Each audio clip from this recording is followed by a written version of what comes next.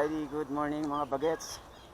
Nandito ulit tayo sa Phil Invest Trail. Gaya ng pinangako ko sa inyo, babalikan natin tong Bulate Trail. So, dito tayo sa first feature niya.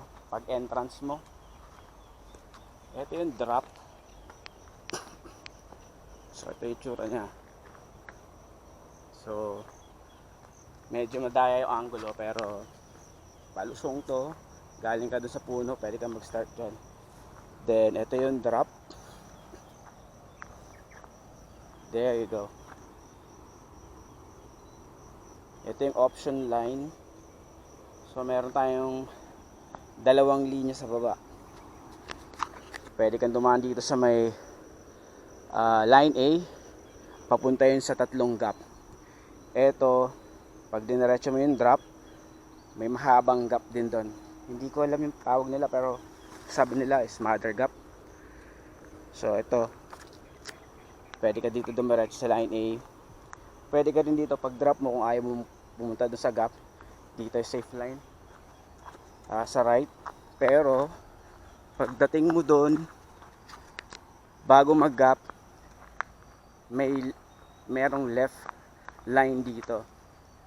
So halos tatlong linya din siya, pero pagdating mo dun sa drop, dalawang line lang. So ito yung first gap. Yan, rollable to. Shoutout kay Master Yaki Taverns na nagmakarena dito. So yan, ito yung tsura nya. So rollable siya. So ito naman yung sinasabi kong mother gap, diba? Taas. So, galing ka dun sa drop, eto yung i-jump mo. Parang dalawang bike din ang pagitan nya. So, diba? So, dito tayo sa Bulate Trail, ang tawag nila rito yung tatlong gap. Pero ito, yung sa gitna, dito ako nagpa-practice. So pag galing mo ng drop, or pwede ka dun sa line A, pasok ka sa may left line. Dito safe practicean to. Ayan. Tapos may second jump yun doon. Ito naman yung second gap dito. Hindi mo pwedeng i-roll to. May paglalagyan ka rito. Tama yan?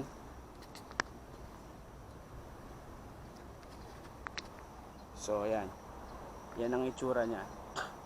So pag galing mo dun sa first gap, eto na yung second gap. Medyo mahaba siya at hindi pwedeng i-roll, promise.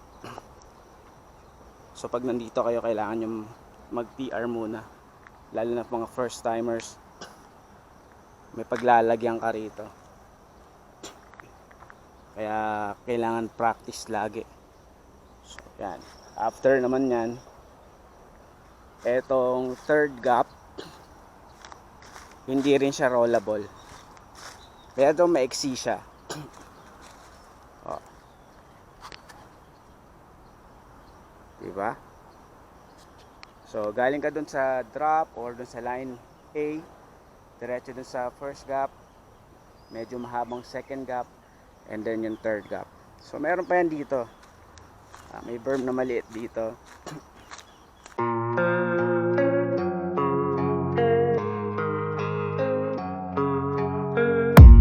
I don't really know what comes next. I'm just doing my best, even though I'm so stressed out.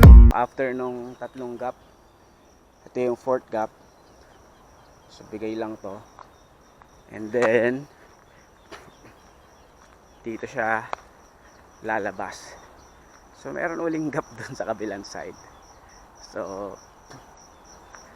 tingnan natin.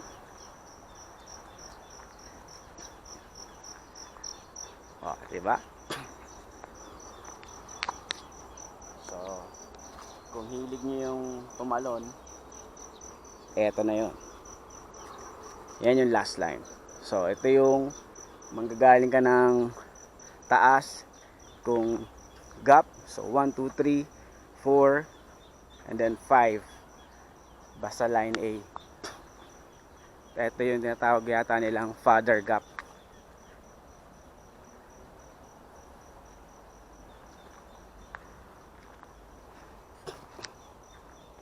Alrighty, diba? So, eto yan.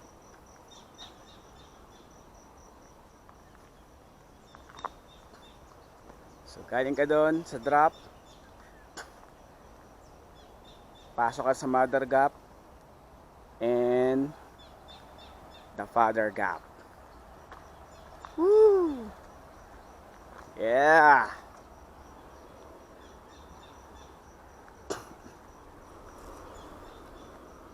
Oha. Sarap. So yun, mga bagets. So kung first time nyo rito, make sure na magti-TR muna kayo ha. Para at least alam nyo yung mga features na hindi tayo basta-basta ma-aksidente. Probable cause kasi kapag first time nyo dito tapos nasobrahan na kayo ng excite, so tira lang kayo ng tira, malamang ma-aksidente kayo. So pag pumunta kayo sa kahit saang trail, chill ride lang muna. Huwag mo nang titira, tingnan nyo muna yung features. Then if kaya nyo, dandaanan nyo muna. Then if confident kayo dun sa feature, then try nyo. Pero kahit saang trail kayo, basta first time, make sure na magta-track read. Okay?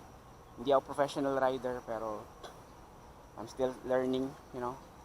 Pero tips yan ng mga